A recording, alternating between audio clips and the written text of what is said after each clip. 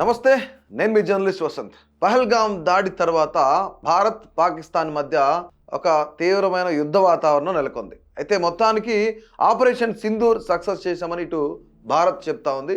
అటుపక్క పాకిస్తాన్ ఖచ్చితంగా మేమే గెలిచాం, భారతదేశానికి సంబంధించిన ఫైటర్ జెట్స్ ఏవైతున్నాయో వాటన్నిటిని కూల్చేసామని చెప్తున్నారు. సో ఇది అక్షరాల అసత్యమే అని చెప్పేసి భారత్ కూడా దీన్ని వ్యతిరేకించింది. సో ఈ రెండు దేశాలు ఈ విధంగా మాట్లాడుకుంటున్నప్పుడు భారత్ పాకిస్తాన్ మధ్య యుద్ధాన్ని నేనే ఆపాను అని చెప్పేసి, అంటే తన వల్లనే ఇరు దేశాల మధ్య శాంతి నెలకొందని అమెరికా అధ్యక్షుడు డొనాల్డ్ ట్రంప్ మరోసారి కొన్ని సంచలనమైన వ్యాఖ్యలు చేశారనమాట. అయితే వాణిజ్య ఒప్పందాలను రద్దు చేస్తారని బెదిరించడంతోనే అణుశక్తి దేశాలైన భారత్ పాకిస్తాన్ రెండు కూడా వెనక్కి తగ్గాయని ఆయన మాట్లాడుతున్నారు. అంతేకాకుండా ఆ ఘర్షణలో కూల్చేసిన ఫైటర్ జెట్ల సంఖ్య 7 కాదు 8 అని చెప్పేసి ఆయన కొత్త లెక్కలు చెప్తున్నారు. అయితే బుధవారం మయామిలో జరిగిన అమెరికా బిజినెస్ ఫోరంలో ఆయన మాట్లాడుతూ ఈ వ్యాఖ్యలు చేశారు. తాను అధ్యక్షుడయ్యాక ప్రపంచవ్యాప్తంగా 8 ఘర్షణలను 8 యుద్ధాలను నేనే ఆపానని చెప్తున్నారు ఆయన. అందులో భారత్ పాకిస్తాన్ వివాదం కూడా ఉంది. నేను భారత్ పాకిస్తాన్లతో వాణిజ్య ఒప్పందాలపై చర్చలు జరుపుతున్నాను. అదే సమయంలో వారు యుద్ధానికి కూడా సిద్ధమయ్యారనే వార్త, అంటే ఆ వార్త ఒక పత్రికలో నేను చదివాను. 7 విమానాలు కూల్చివేశారని, 8వ తీవ్రంగా దెబ్బతిందని తెలిసింది. అంటే దాదాపు 8 విమానాలు కూలిపోయాయి. ఇది యుద్ధమే అని గ్రహించాను. అప్పుడు ఆయన చెప్తున్నారు, ఇదంతా ట్రంప్ చెప్తున్నారనమాట. అయితే మీరు శాంతికి అంగీకరించకపోతే మీతో ఎలాంటి వాణిజ్య ఒప్పందాలు చేసుకోనని చెప్పేసి ఇరు దేశాలకు ఆయన స్పష్టం చేశానని చెప్తున్నారు. అలాగే వార్నింగ్ కూడా ఇచ్చినట్లు ఆయన చెప్తున్నాడు. ట్రంప్ అసలు వీటన్నిటిని అతనే చెప్తున్నాడు, నేనే ఆపా, నా వల్లనే జరిగింది, 7 విమానాలు కాదు 8 విమానాలు అన్నట్లు కూడా ఆయన చెప్తున్నారు. ఇవి అణ్వస్త్ర దేశాలు కాబట్టి కొంచెం అందులో ఒకరితో ఒకరు యుద్ధం చేసుకుంటే మీతో నేను వ్యాపారం చేయను అని కూడా కరాఖండిగా చెప్పాడంట ట్రంప్.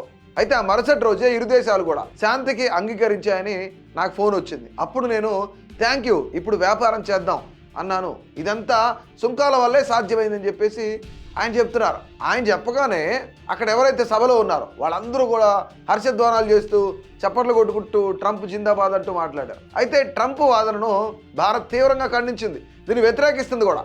అమెరికా ఎలాంటి మధ్యవర్తిత్వం వహించలేదని స్పష్టం చేసింది. జమ్మూ కాశ్మీర్లోని పహల్గాంలో పాక్ ప్రేరేపిత ఉగ్రదాడులు ఏవైతున్నాయో ఆ ఉగ్రవాదులు దాదాపుగా 26 మంది పౌరులను అతి కిరాతకంగా కాల్చి చంపారు. భారత్ ఆపరేషన్ సింధూర్ చేపట్టిందని చెప్పేసి గుర్తు కూడా చేశారు. మే 7న పాకిస్తాన్ పిఓకేలోని ఉగ్రవాద శిబిరాలు ఏవైతున్నాయో ఆ ఉగ్రవాద శిబిరాలపైన భారత్ దాడి చేసింది. 4 రోజుల పాటు జరిగిన దాడుల తర్వాత పాకిస్తాన్ కమాండర్లే కాల్పుల విరమణ కోసం భారత్ అధికారులు ఎవరైతున్నారో వాళ్ళని వేడుకున్నారని చెప్పేసి భారత్ కూడా తెలిపిందనమాట. అంటే ట్రంప్ వ్యాఖ్యలకి ఇక్కడ కౌంటర్ ఇచ్చిందనమాట. ఆ యొక్క వార్తలు అబద్ధం అని చెప్పేసి భారత్ కౌంటర్ ఇస్తుంది. ఇక్కడ మే 10న కాల్పుల విరమణ అమల్లోకి వచ్చిందని వెల్లడించింది కూడా భారత్. అయితే గతంలో కూడా ట్రంప్ ఇదే తరహా వ్యాఖ్యలు చేశారు.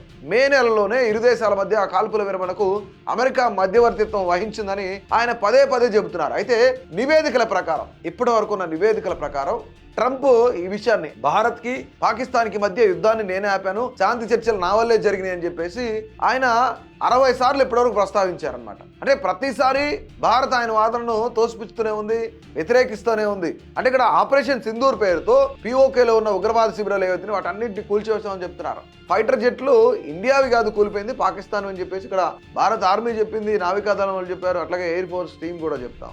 ఒక పక్కేమో పాకిస్తాన్ ఏమో ఓదరు కొడుతుంది, భారత్ను మేము ఓడించాం, ఫైటర్ జెట్లు కూలిపోయిన వాళ్ళే 6 మేమే కూల్చేసామని చెప్తున్నారు. మరోవైపు ఏమో ట్రంప్ ఈ విధంగా మాట్లాడుతున్నారు. కానీ ఇవన్నీ పచ్చి అబద్ధాలు అన్నట్లుగా కూడా ఇక్కడ ఇండియా మాట్లాడుతుంది. సో ఓవరాల్గా అసలు ట్రంప్ వ్యాఖ్యలను మనం ఏ విధంగా చూడొచ్చు? నిజంగానే ట్రంప్ మాటల్లో ఏమైనా నిజం ఉందా? అసలు ఇది అబద్ధమా? ట్రంప్ ఎందుకు ఆ విధంగా మాట్లాడుతున్నారు అనేది ఇక్కడ స్పందించాల్సిన బాధ్యత మోడీకి ఉంది.